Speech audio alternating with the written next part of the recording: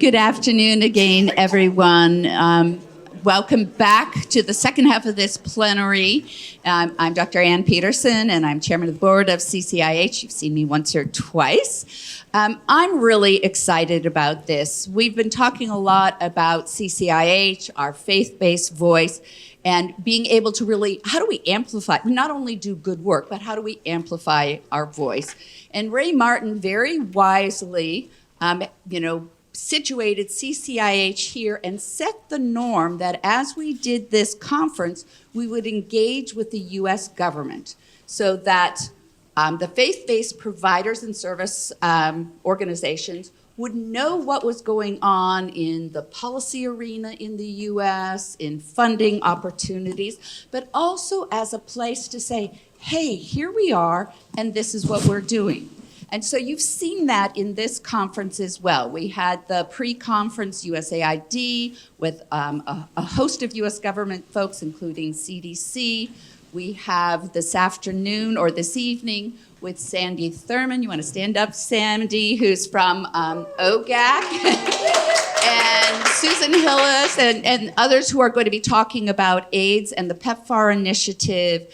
And then tomorrow we have Ambassador Jimmy Coker, who was ambassador to Uganda. And then now we get a chance to talk to the CDC director. And I can't tell you how many folks wish they were in the room with us to have this conversation with Dr. Robert Redfield. We first met at the beginning of PEPFAR in the early 2000s.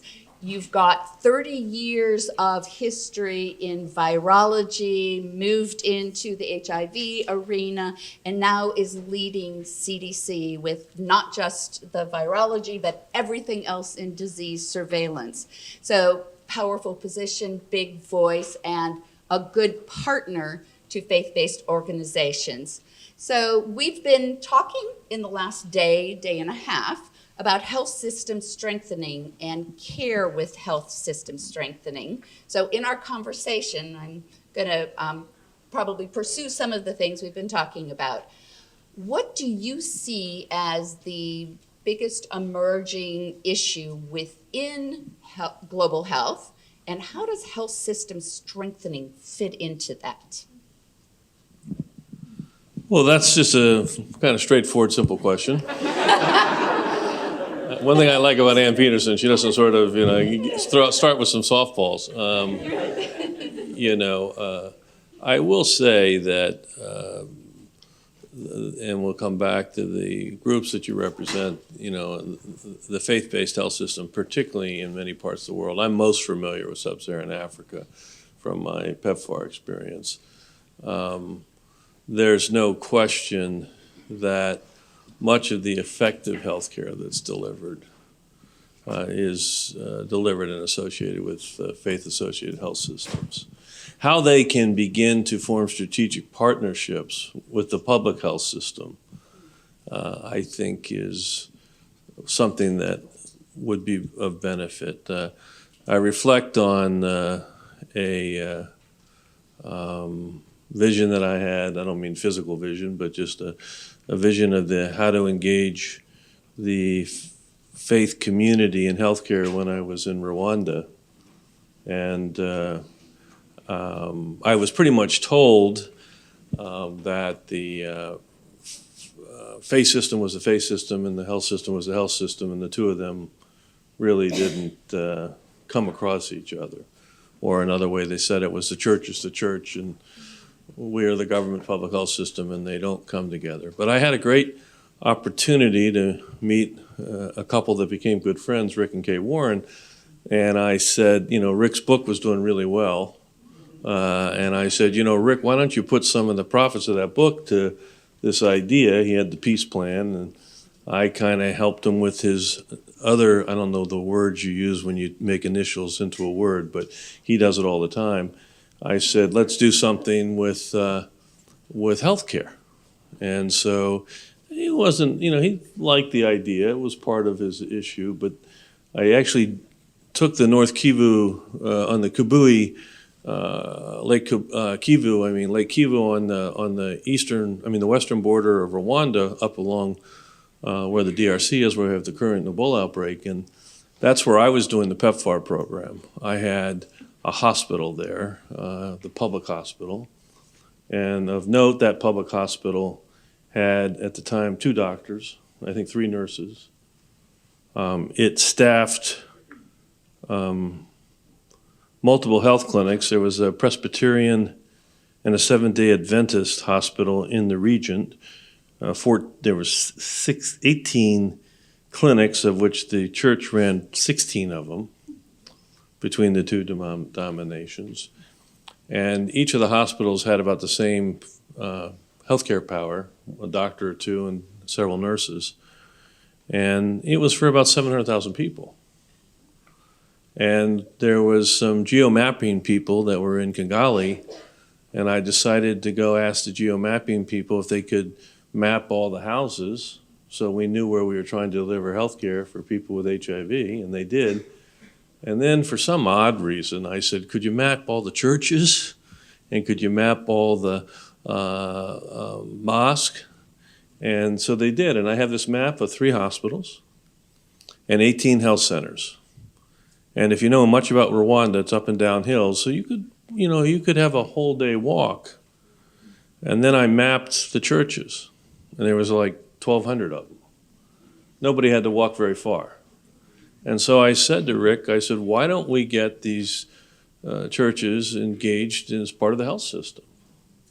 That we'd have some open on Fridays because they were, or Saturdays. Between the 3 faiths, it was pretty good. We had Friday, Saturday, and Sunday. I mean, we could really get this thing going. And I will tell you that the leadership of the church was pretty clear that this is not their role. And the leaders, the public health system, all the way up to the Minister of Health, felt that the church was the problem, not the answer. And I will say Rick helped us start a program. And as I sit here today, we eventually developed 32 lessons, I think it was ultimately, in Kiev, Rwandan, that were health lessons that are taught in the places of worship, so that individuals get basic health. Now, the idea was to go beyond that and then have them have an HIV program with a support system, getting lay people, same thing with diabetes, same thing with hypertension, so that they became the nidus of healthcare. And I give one other example. When I was there with Rick and Kay the first time, when I was trying to see if I could get them to see the opportunity here, we were in the public hospital in Kabui, and the first bay there was 8 to 10 women dying of AIDS. At least 3 or 4 of them with pretty bad tuberculosis. I remember 2 of them with their grandchildren on their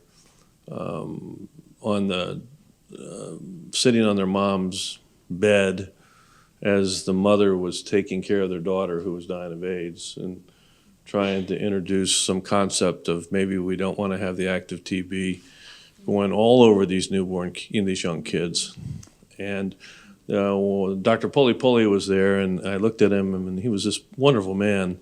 Truly, it was, a walking saint, and he was doing the best he could. And I said, why don't you get your church to get involved here and offer babysitting so these mothers can take care of their daughters without their kids getting contaminated with tuberculosis all over the place. And then we visited a couple other women that were paralyzed from central nervous system infections with HIV, and you looked under their bed and there was a couple pots of potatoes. And when I asked them what was wrong, they said they were hungry. And of course, nobody had come to feed them, because their family lived far away, and you could see. And I said to him, why don't you get your church kind of involved? Maybe they could cook meals for these people so they could actually eat. And it was sort of, well, the church is the church, and then, the hospital is the hospital. Well, I tell you, I looked out the window, and he pointed, what is that there, right out the window? Like, it was less than 600 yards away. He said, that's my church. And I will tell you that within 6 months, we got the church now rotating cooking meals for people in the hospital. We got people coming in to take care of the kids. So it's a long story to say that I think one of the things, the public health system, particularly in sub-Saharan Africa, is not going to turn around overnight. Despite an enormous investment with PEPFAR, which has done a lot to help bring sustainability to some of these health systems. But I really do believe if you can begin to build linkages, not just among Christian health centers for Christian health centers, or Catholic health centers for Catholic health centers, but if you can actually get linkages where the faith-associated health centers could actively realize they have a mission to strengthen the ability of the public health system to work, I would say that would be something that would be exciting, because right now you have two parallel health systems. And what I have said that the problem with the faith-based health systems historically have been that they're frequently built in the middle of nowhere, and they haven't been able to figure out how to get local doctors and nurses to want to raise their family in those areas. So they've been chronically reliant on missionary, right?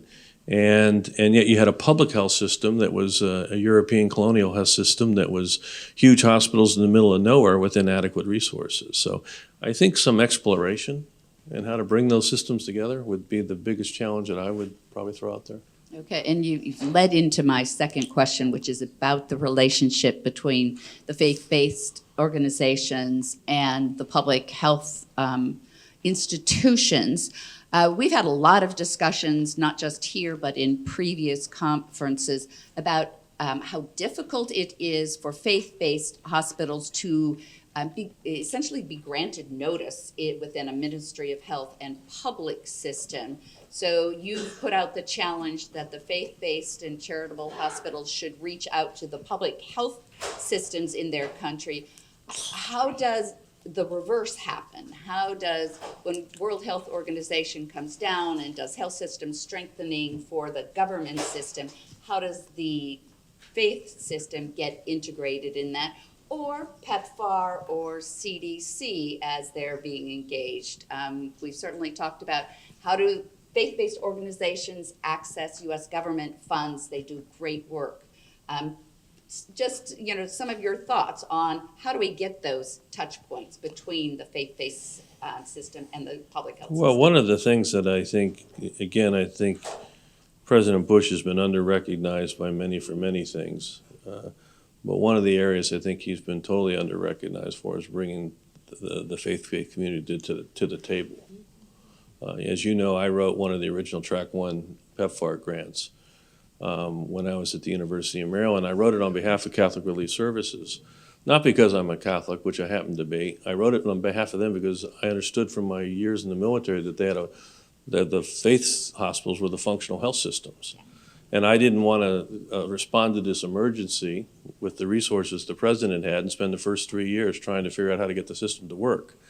So I partnered with Catholic Relief Services, IMA, who's here, Catholic Medical Mission Board, and we had a few Muslim hospitals in northern Nigeria, and we formed a network, which originally rolled out, 25 and then 50 and then 100 or so faith facilities. But by the time we got to year 4, year 5, we had learned a little bit, so we started bringing in public facilities. And when we finally finished, we had probably close to 400 to 500 facilities, of which probably at least a third were public, because we had learned to do that from 2004 to 2018.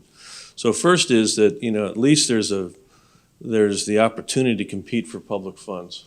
And I think the faith community, if they can form strategic partnerships that make themselves competitive, are quite competitive. I mean, I'm sure Sandy will talk more about it, but I think if you look at the performance in terms of evidence-based data, the faith community's performance has been outstanding in my experience in PEPFAR.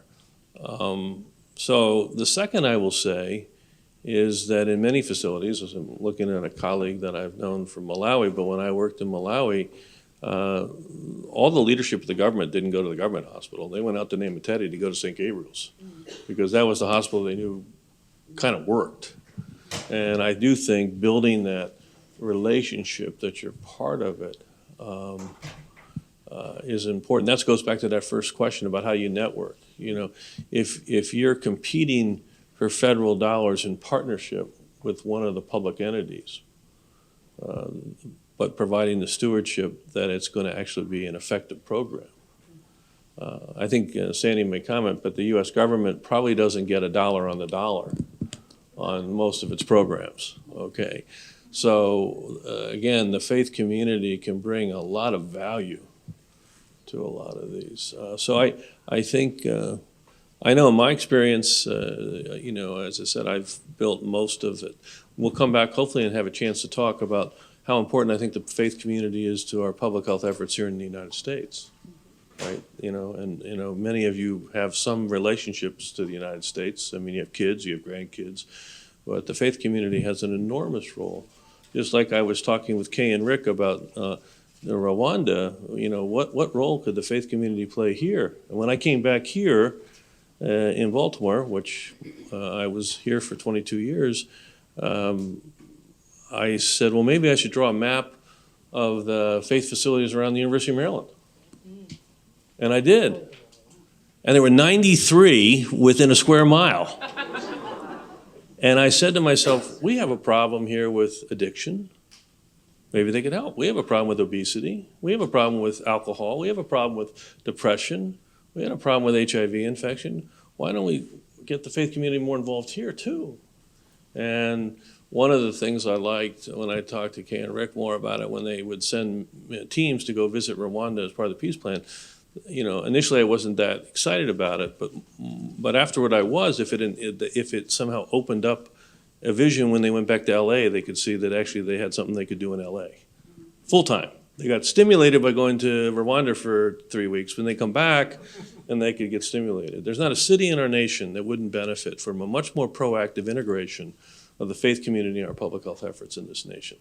And I can tell you, one thing we don't do well in medicine today is we don't invest in some of the key areas that you need to be successful for addiction, obesity, et cetera. And by the public sector and medical community integrating the faith community into those health efforts, I think we'd be highly more successful. I do think the lessons that we learn in Africa have a real strong role to get here. And it's hard because there's this reluctance, for the medical community to kind of recognize a dependency on the faith community. But I would say that there's a lot of opportunity there. I love that, especially the lessons learned from international to the U.S., which is sometimes hard to acknowledge. I'll look forward to another time where I can talk to you about the safety net within the U.S. But you talked about networking, which churches and church health associations are really good at. We've talked here and previously about how do we get not just the stories, but the data on the successes that faith-based organizations are doing. We really believe that, and you've noted that, and that the Bush administration held onto that in planning PEPFAR. What are the other things that FBOs have been doing well? And then I'll go to the flip side. What could we be doing better so that we could be a better partner to the U.S. government, to public health systems? Well, I do. I'm just going to come back. I sound repetitive, but there's no doubt that if you look at effective delivery of health services, again, particularly where I've experienced it the most in sub-Saharan Africa, I think the faith community clearly does that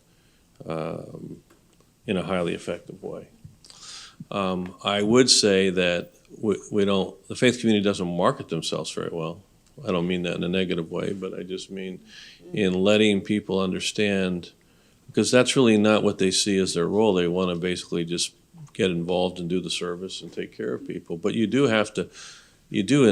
want to compete for these larger sums of money, you do have to know how to package it in a way to show you that you are making an impact. There are some organizations that are great packagers, but when you open up the package, there's nothing in there. All right. And we get the full package, and we aren't voicing. Yeah, and I think that's true, and I think you all know it. It's nothing that you haven't seen as you go around the world to see some of these large organizations. They get huge amounts of money to do stuff that they really have no track record in doing, but they package it very well. So I would argue that that learning, you don't want to spend all your time blowing your trumpet, but I do think you have to be able to let people understand the contributions that you're bringing. So part of CCIH is all of the members who are out doing the services, but it also includes the organization, Mona and Doug and the team here, who are trying to bring the voices from the field to, to the U.S. Where and how would you suggest that we get more active? Where should we be going and taking the stories and the data and the results so that those who are in decision-making roles will recognize how much the faith community has to offer? Ann, I think, one of the things that probably has limited the impact from the perception of getting the resources is if the community's too diffuse. I mean, when there's a gravestone over my body, you're going to see it's going to have one word on it. It's going to have the word focus. Because if there's one thing I believe in is it's focusing. You get diffuse, you can't get the football over the goal line. And I do think the faith community, in trying to approach so much for so many, sometimes may get perceived as less focused. So the first thing I would say, this is a great thing that President Bush did again, and he did focus us all when he came up with PEPFAR. We were pretty focused. It wasn't PEPFAR for the world, it was PEPFAR for 15 countries, and it was very focused. And it wasn't easy, as someone who wrote a large grant, ultimately got over close to $800 million, to keep the faith community focused, because I had Catholic Relief Services, I had IMA, I had Catholic Medical Mission Board. They all had their own view of how we were going to do this. And I was more focused on, we had a mission to bring the HIV epidemic. We needed to turn it around. Stay focused, stay focused, stay focused. Yes, there's other healthcare issues. Stay focused, stay focused, stay focused. So, the faith community has to decide, whether it wants to do a little of a lot, or if there's certain areas that they want to really take on and knock it out of the park. For example, do they want to take on maternal mortality? I think it's really very sad to me to still see that one of the leading causes of death of women of childbearing age in many African countries is just childbirth. It's unnecessary. It could be corrected. Particularly now with drone technology, you can get blood anywhere, okay? It's not complicated like before when we were trying to get the military to let us borrow helicopters. Or if it's infant mortality and vaccination.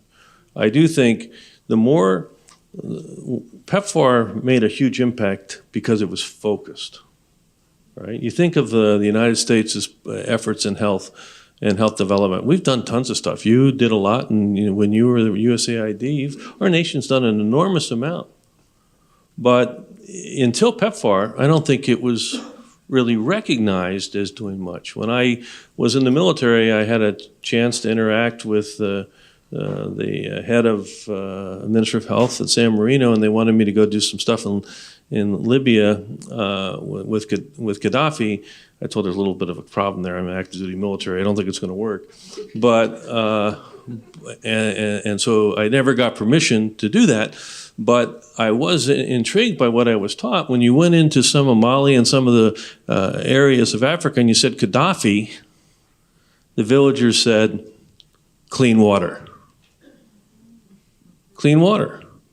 The United States had done much more for those countries in many different ways, but they had no concept of what we did. Gaddafi, clean water. So this is my point about focus.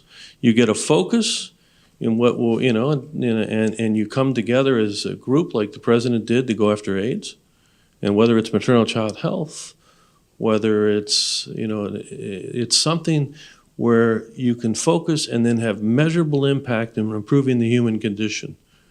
You get too diffuse, and the truth is, you don't make impact.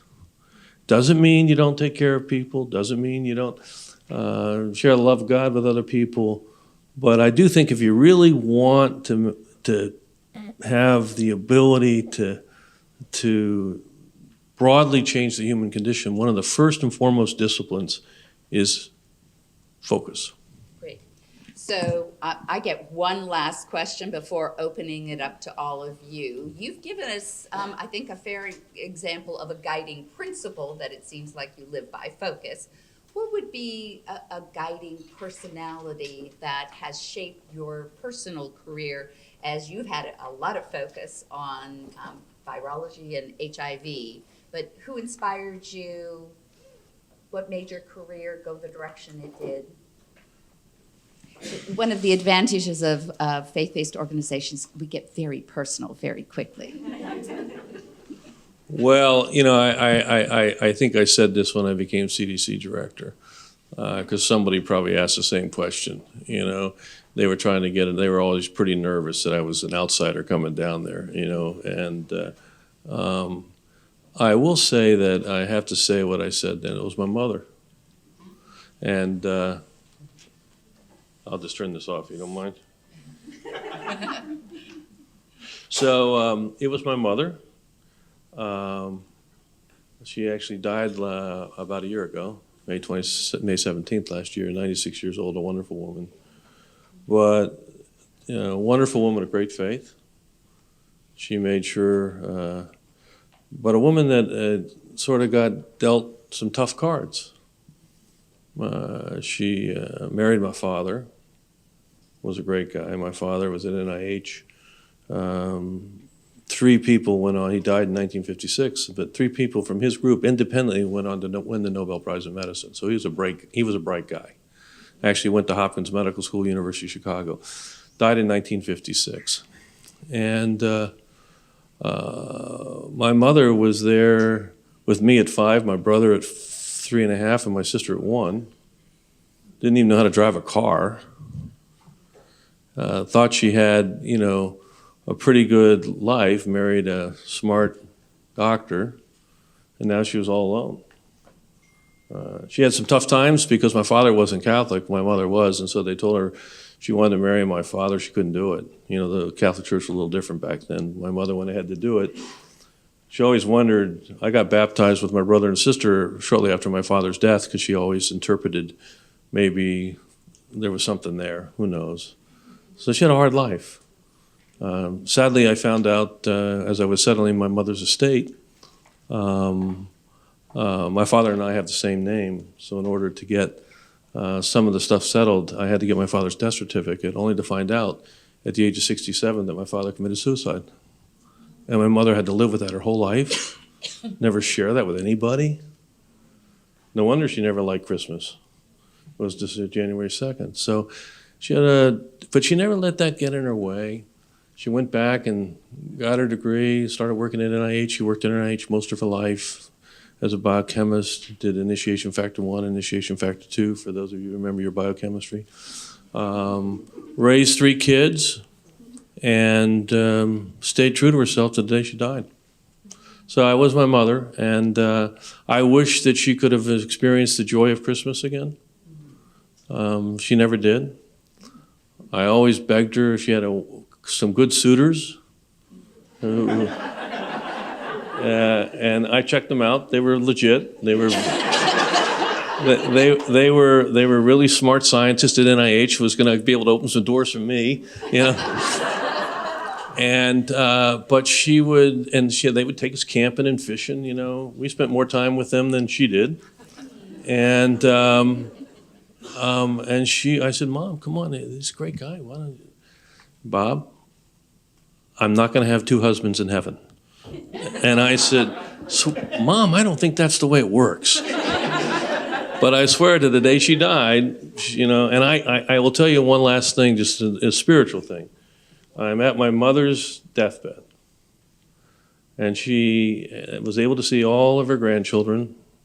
She had, I think, 17 of them, and all of her kids, and got to say goodbye to them before the last day when she really became comatose, more or less. And kind of a uremic death, for those of you who know much about it. And I'm with her, and she's been unresponsive for the day. And I've seen this myself because I used to do hospice care with Mother Teresa's sisters. And I used to go there and try to help. And one of the nuns finally told me, Dr. Redfield, we're not asking you to do anything. We just want you to be present.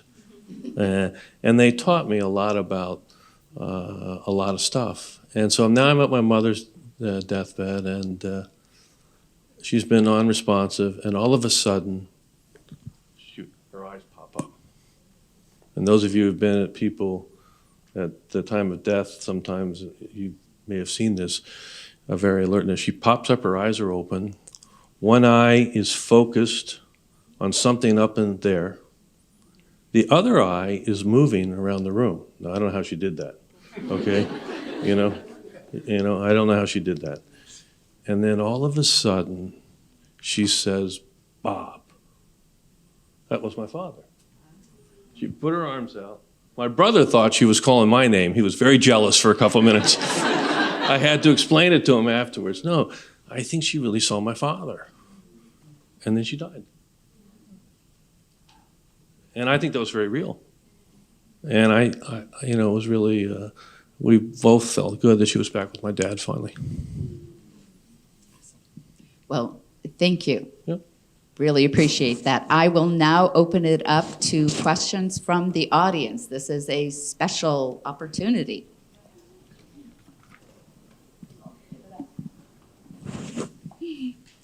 Please raise your hand. It's going to be if for you you. want to ask a question.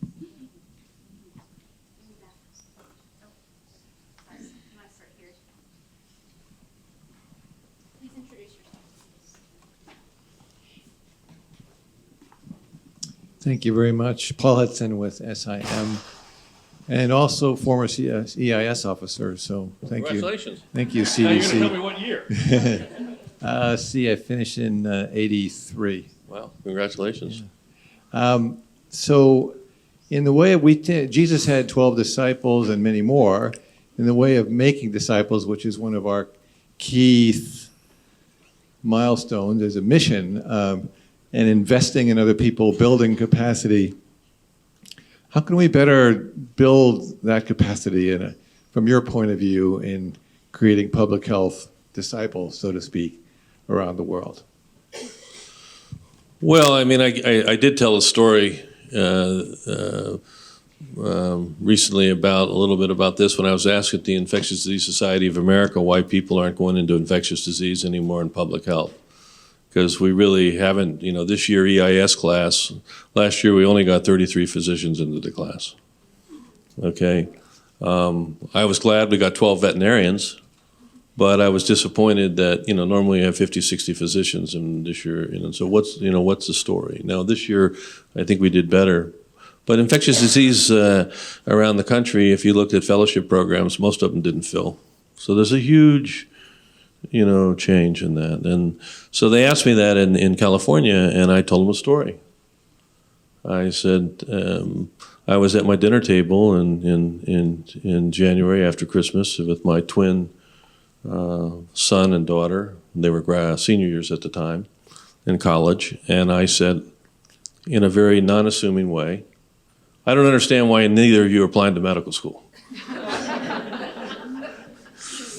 And my daughter was pre-med, and my son was an engineer, and my son, he just looked at me at the table and said, Dad, why would we want to go to medical school? All you do is come home and gripe. You're never happy, you don't have the stuff you need to take care of your patients. Why would we want to do that? And then I had to explain to them that medicine was the best profession next to being a parent. And then I had to go through a 2-year effort of tricking them both to eventually go back and do pre-med, and they're both doctors now. But it was a very long story. But the point I mean is that, and I tell young people, we have to show the joy of what we do. Not the frustration, but the joy of what we do. There's the ability of what you all do. It's the joy of it. It's not the frustration. If we all we do is project the frustration, we don't have the medicine we need. We don't have clean water. We don't wherever we are.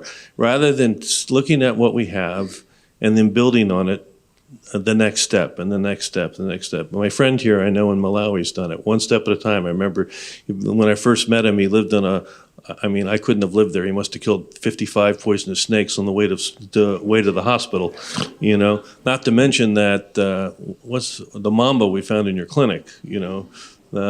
So I said, this is definitely not for me. I don't like snakes. This isn't going to work. But I know you went on and you built from a little clinic, and now you have a hospital, and you built it. So I think we have to show that joy. I also think, and you know, for me, it's easier today than it was 20 years ago. 20 years ago, you were really just smashed if you let your faith come anywhere into your thing. I got smashed a lot. You know, the fact that we wouldn't try to bring out the faith of the individual patients that we got to serve, I'm not telling them to bring out my faith, but their faith. It's an important part of medicine. It's changed from 1980 to now. We're on the healing phase. But I do think people shouldn't be afraid of their faith in public office. I was last night accepting an award for CDC, and the gentleman who also got the award before me was Ambassador Young. And what a beautiful man. What a beautiful man. I mean, he looked like, you know, I thought I was going to have to wind him up to give a talk. As soon as he got that microphone, man, he was a pasture once again, let me tell you. But I think we can't be afraid of expressing our faith. We're not trying to convert people. We're just trying to let people know who we are. And this is part of who we are. And I do think, so when you ask, I think too often in public health today, people don't show the joy in being able to do it. Too often in public health, people are inconsistent with the faith that they know they have. I've always said, I'm never afraid about the possible, because I know in God everything's possible. But if I go acting like everything's not possible, then what kind of faith do I have? You know, no. Yeah, I think you have to live it, and you have to be humble about succeeding to the degree you succeed or fail. A lot of people don't get to do that. So, but I don't think there's anything better. I tried to say this the other day to a bunch of people. I don't think there's anything better to get involved in health, either here domestically or abroad. It's a great profession.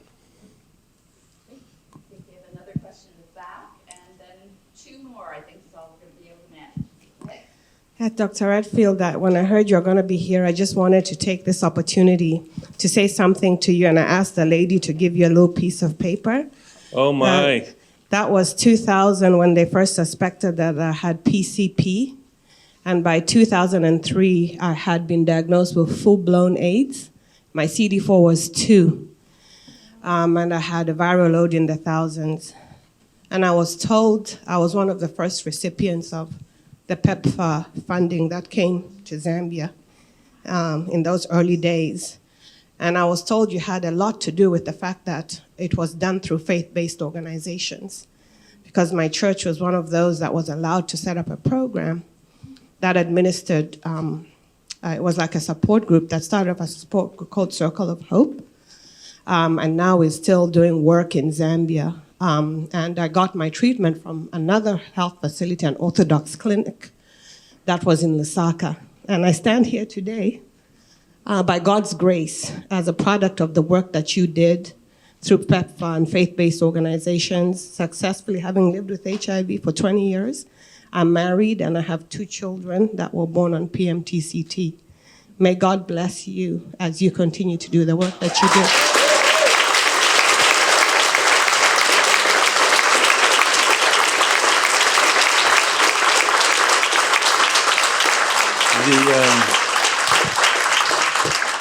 Of course, you know, the University Teaching Hospital in Zambia, which this is actually, God does work in strange ways. I was first there in 1984. That's when I first got introduced to AIDS in Africa. Many years later, I got to go back in 2002, 2003, 2004 as we set up the PEPFAR with the, was it the City of Hope or Circle of Hope? Yeah. And we're able to help bring, as you know, we were able to bring antiretroviral therapy, and it's a great gift that God did to have you here. Many of us don't get to see, you know, sometimes, as I say about the joy, you don't see the consequences of what you're able to do. Because as you know, back then, many, many people. I mean, when I was on the wards at the teaching hospital in Zambia, there was 50, 60, 70 people dying of AIDS on any one day, and we would turn them over every week. And to start to see the ability to get people into treatment like yourself, and then now see 20 years later, you're healthy, you have family. I will say the real tribute, and I hope you do take the time to write, and the real tribute does go to President Bush. Okay. Well, you know, maybe if you write care of me, maybe I'll give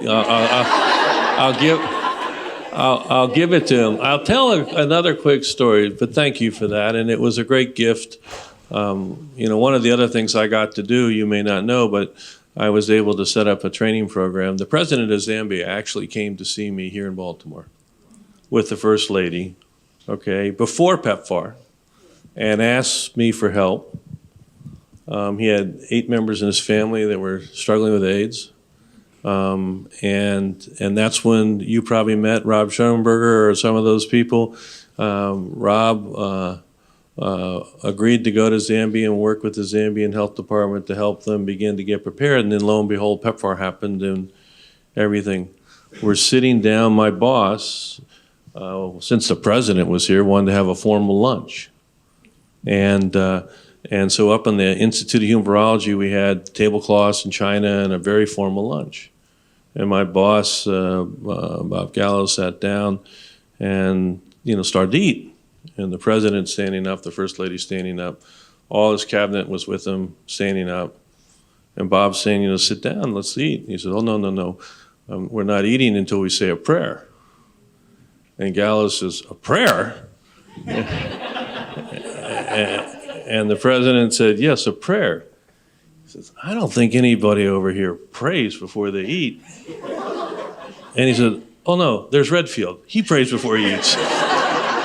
Now, I'm Catholic, and if you know anything about Catholics, we don't have that Protestant open prayer stuff, you know what I mean? So I had to do but I got into it. Once I started, I mean, I think I went on for about 10 minutes. It was pretty good. And I've never turned back, so, you know. But anyhow, great gift, and thank you for coming forward. And obviously, you know, God continues to work through this world in very miraculous ways, as you know. And I always say it's not the big things that really make the impact. It's the little things, you know. And the more we can pay attention to the little things, the more I think we end up doing God's will in the world today. Okay, we are going to take some more questions. Erin. Yes, good afternoon. Thank you, Dr. Redfield. I have followed your career path with great admiration. I know you came to Zambia and we met at PEPFAR 1. Charles was the partner.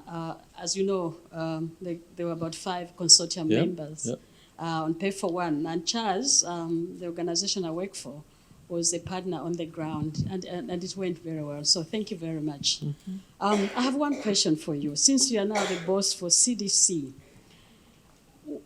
and you talked about strategic partnerships, and they are good. And as FBOs, local FBOs and indigenous, we want those strategic partnerships. But what sometimes tends to happen, and I want to bring it to your attention, is that yes, we do strategic partnership during the RFIs and the proposals. Yeah, don't worry, I know. I've been through it. And sometimes when the grants are awarded, you as a local NGO, you have no idea about the grant that it has been awarded and how much, and even your role. And in the end, you actually feel so used. Mm-hmm. Yeah? And then you have our partners who come then and establish themselves, register, and say we are now local. Mm-hmm. At the end of the day, you have been used bad. What would you say to that? Well, I know. How can we change that? Well, I think Sandy will probably talk more about it because I think there are things to move to change it. But I will say that I don't want you to feel unique It's no different when you partner among 3 academic institutions in this country, okay? And all of a sudden the grant gets awarded based on some PI, and all of a sudden you find out, even though you wrote 90% of it, somehow you're no longer included, okay? So it's a problem with the way the whole thing's done, okay? Sandy will probably talk more about it, I suspect, later. There's a huge move to really make these activities, now that we're moving away from what I call the emergency sort of security implications of HIV. This is a health development program now, and then how do you really develop it? Because ultimately what you want to develop is the local entities. And there are ways to do it. I think sometimes people have hidden more than they should around the complexity of vigilance and accountability. I think there's ways to put vigilance and accountability in without saying that has to be through some partner other than the local partner. And I think you're going to see that, hopefully, and Sandy will probably talk more about it. But I know exactly what you're saying. I don't like it. I've written grants that have been awarded that I wrote, that when it was funded, the grant that they told me to do had nothing to do with what I actually wrote. And I don't like that.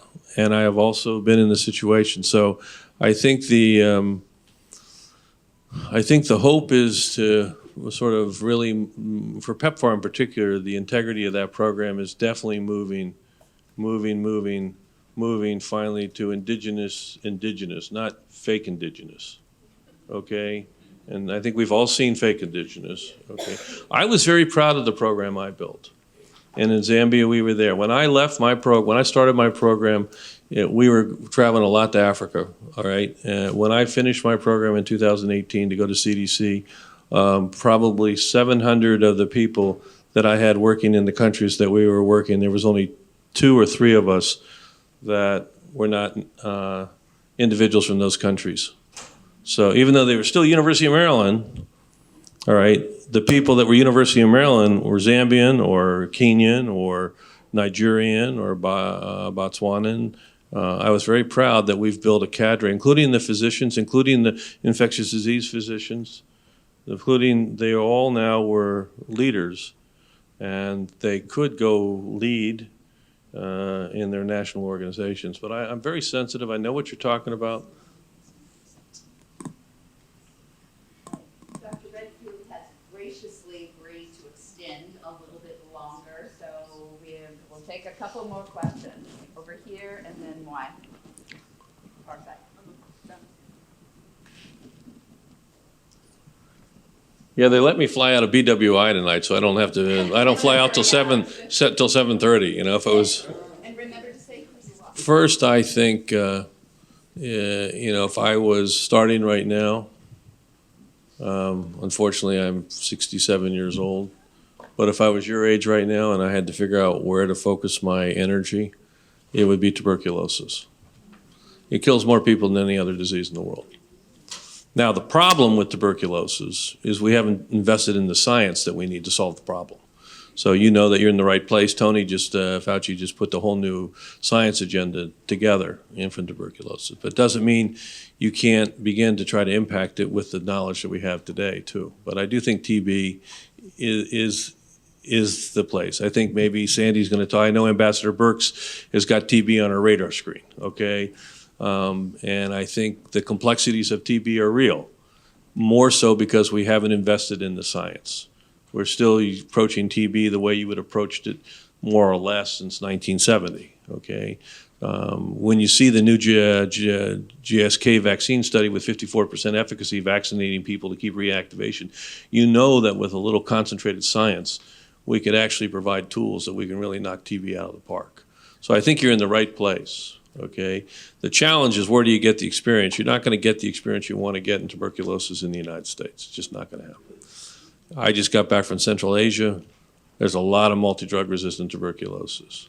You know, my wife used to get nervous when I practiced in Africa because I took care of a lot of people with advanced HIV with tuberculosis. I told her not to worry. She worried. She said, "You're going to get tuberculosis." "I'm not going to get tuberculosis." She said, "Yes, you are." I said, "No, sweetie, only the saints get tuberculosis. I'm not going to." And so I make sure I do things every week to make sure that's not going to happen. I'm not going to get tuberculosis. So, but I would say TB is the place to be. But I will tell you, if you want to really make an impact, what we all were able to do in HIV is you've got to get the science behind you. Okay. Short last question, one. I think the word short was for my answer, not to the question. I know Ann, I've known her for a long time. She's subtle. Okay, my name is Mwaima Koka. I'm working with World Council of Churches. We're based in Geneva. One of our privileges as World Council of Churches is we have a non-state actor status with the World Health Organization. And we get to get ecumenical partners, church organizations to attend the World Health Assembly. One of my experiences is that it's getting more difficult to bring the faith-based actors on the global health scene. We have to keep fighting and expressing that we are relevant. So some of your remarks at first were very pertinent in terms of getting ourselves noticed. But a few months to come, the UN is going to have the political declaration on universal health coverage 2030. And even those conversations, you see that the FBOs are not recognized in any way. And yet we know that universal health coverage cannot be achieved without the immense contribution of the FBOs. Would you give any advice in terms of what steps can we practically take to rise to those platforms and at least have a bit of influence? Thank you. I think I'm going to come back to the word I said before about figuring out the focus. And, you know, just in my own journey, and those of you who don't know me well, the truth is I really am an activist. And I was an activist a long time. And the truth is, I think one of the greatest social injustices in the world is health inequity. And the truth is, I feel the group that could solve that is the faith community. And I met with Pope John Paul a couple times, you know, to see, you know, why don't we take on health equity? Why don't we take on health equity? Right? Now, why do we get marginalized in the debate? Well, first is we believe in the sanctity of life. All right, so we get marginalized because we believe in the sanctity, but that's not going to change. I'm not going to change my belief in the sanctity of life, right? Okay, why do we get marginalized? I think, how do we make it so that doesn't happen? Well, what I tried to do with my own church, where, you know, I believe that the church had a great role in the AIDS epidemic and needed to get them in with all feet, up to their neck, right? Now they can get into it by debating prevention strategies, or they can get into it by taking care of the sick and offering antiretroviral therapy to people. You know, antiretroviral therapy was not a simple thing. The reason I partnered with the Catholic Church on the Bush plan was the bishops agreed, and I met with the cardinals, because I wasn't about to start putting 25,000 people on treatment only to have the administration stop paying for it and then have to stop it and have all those people then not get their medicine and die. And so we had discussions, and that the church agreed that if we start, we're going to keep people on treatment, right? And initially it was 25,000, then 50,000, then 100,000, then 200,000. My wife was saying, I don't think the Cardinals like you anymore, okay? They were so happy in 2017, 2018 when we transitioned it to a lot of the indigenous faith organizations. And the CRS made an enormous contribution, ultimately treating close to 400,000 people on antiretroviral therapy. And Ann knows in the first couple of years, you had to, the institution themselves, CRS had to buy the medicine because the US government's money didn't come till a year later. And the first year we were buying $50 million of medicine, the second year $100 million of medicine. This was real money, right? So focus on the things that allow people to find our contributions invaluable, not just taking care of the sick and dying. I argued with my own church, let's go into this to allow them to live. You know, it's complicated to put people on antiretroviral therapy for life, right? Go after that. But we were always going to be marginalized as long as people decide that our position on the sanctity of human life doesn't fit into the public health efforts of the world, right? But focus on something that's important, do it collectively, you'll become progressively invaluable to the health system of the world.